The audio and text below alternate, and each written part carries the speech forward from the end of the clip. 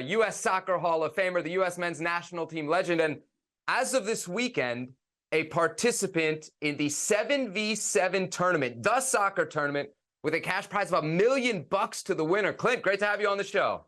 Good to be here. I wish I could have got Herc to be on my team. Man, that was my first question. What happened to the invite? You didn't. No, I got an invite. I got an invite. Too much. He works too much. You don't have time for anybody else. So Team Dempsey reached out, and I politely declined. I had some medical issues we won't get into, but I politely declined. But all I thought to myself was like, Clint really needs another $1 million? Come on. Oh, come on, bro. I got 6 kids. I got to pay for college. That's right. That's right.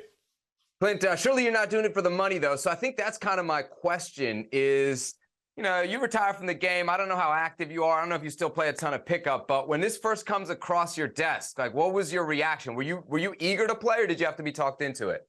Well, I'm more of a coach. I'm not really going to be playing in the tournament. It was more, Lecco came to me about the idea of doing a 7v7 tournament, and then him and some of his friends, they're the ones that connected to Jonathan Mugar, who was with TBT, and how we could do this for soccer, called it TST, the soccer tournament. And I thought it was a cool concept. It was more about, like Herc knows, you know, on days that you kind of take it easy, 7v7 were like the fun days, especially for strikers, because you get a lot of opportunities in front of goal. I like some of the changes with kick-ins instead of throw-ins. It just makes play quicker, keeping the ball on the ground, and then no slide tackling, promoting attacking play.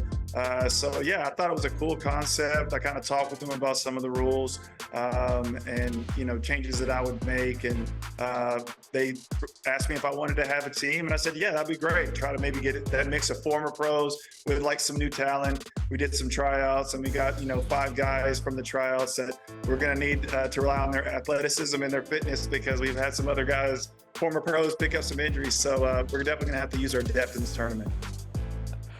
What kind of coach is Clint Dempsey? I'm about having fun, man. Let's go out. I mean, serious about having fun. You know me, I'm a competitive person. I want to win. Herc will tell you that. Depending on if we win or lose, I'm in a completely different mood. So a little bit bipolar, you would think. But no, I mean, it's just about having fun, going out there, giving your best, as long as you're honest about whether or not you're tired or not, coming off the pitch, giving other people the opportunity, and just doing a good job of communication with your teammates about when players switch, how you stay man for man, or how you switch off of those players. And when you win the ball, you know, just being able to play quickly forward to expose the space that you have from turnovers. So I'm just someone who wants to have fun, want to win, and hopefully I'm a cool coach. We'll see. So you have to ask other people. Hey, Clint, let me ask you really quickly, because I got to see a little bit of the game, and I guess the only comparable thing I have is the Kings League out in Europe, you know, Gerard Piqué's kind of league, and some of those rules. I saw the end where they have the target goal, and then it was first goal wins, and they were taking a player out. It's 7v7, but they take a player out, and they keep going. I mean, eventually this could be like 1v1 to decide a game, right? Are there any other rules that kind of stand out to you?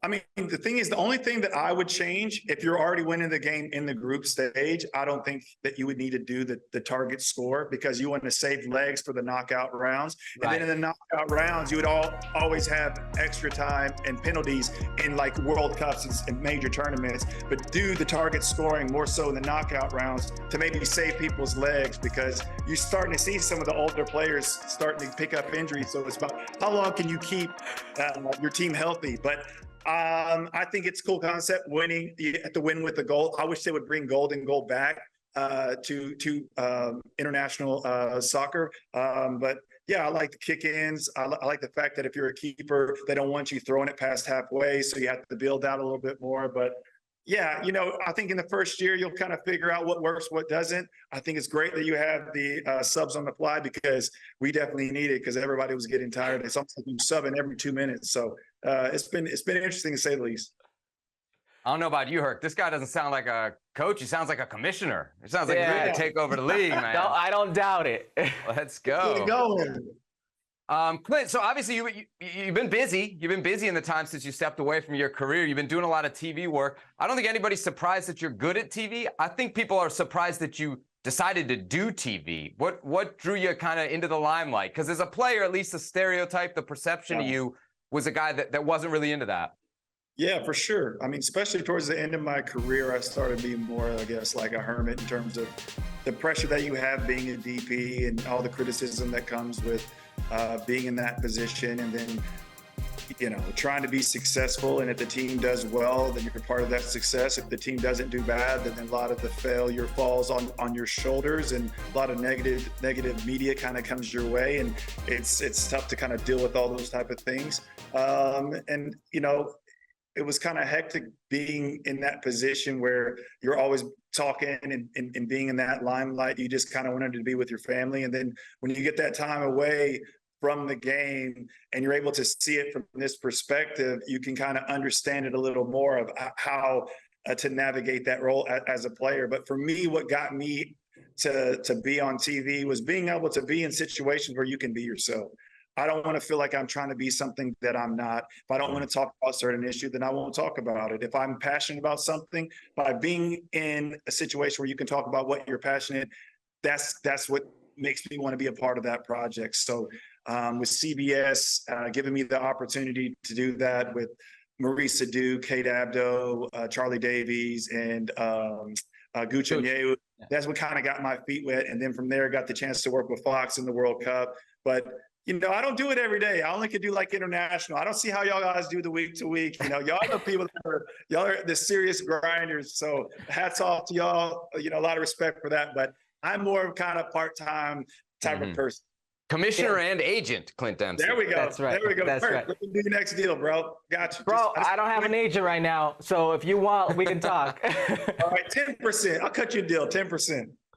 Hey, take this in the best way possible. I'm very surprised you moved into TV, and I'm even more surprised you're as good as you are because you're really good at this. So I guess what I want to ask you is you've experienced media in a different way from most ever will. You've been the face of a club in Europe, in the Premier League. You've had big transfers. You've kind of seen that culture.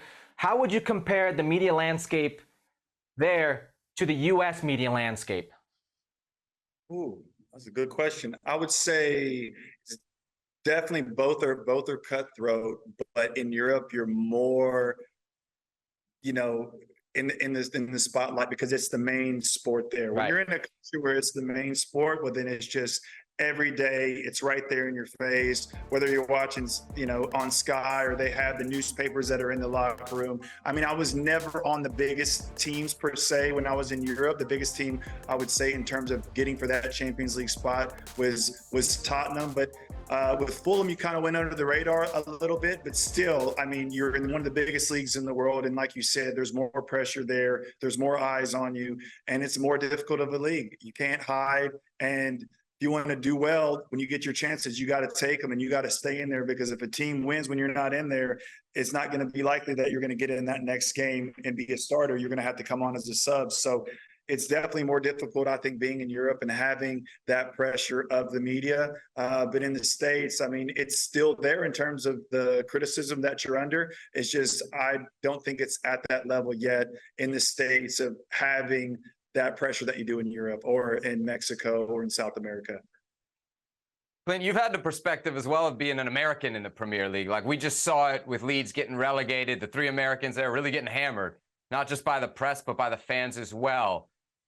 How are Americans treated in the Premier League? What was your experience like? Is there a different lens that you're seen through? I think there's always, you feel a certain way, right? Being an outsider. And for me, I felt that I couldn't be just as good as a European player, especially a British player. I think that I had to be better than them to get the nod. You know what I'm saying? I just felt like you had to do that little bit extra to kind of get on the field, because I don't think when they looked at American players through that lens of being top level footballers, that we got that respect. There's always that chip on your shoulder having to prove yourself. And for me, I was always one that was going to take care of my family. I was going to make those coaches play me, especially my time in Fulham. Every year there was a new coach there. And it was about figuring out ways that I could get on that field and try to put myself in a good spot that I could be successful, and being in an attacking position that was getting goals and assists. So Herc knows how I was, man. I mean, as long as I had that fire in me, and I was going to give it everything that I could to make them play me. And that was my mindset, and that's what I did. Well, thank you very much for watching ESPN on YouTube. For more sports highlights and analysis, be sure to download the ESPN app. And for live streaming, premium content, and let's not forget as well, ESPN FC 7 days a week. Subscribe to ESPN Plus.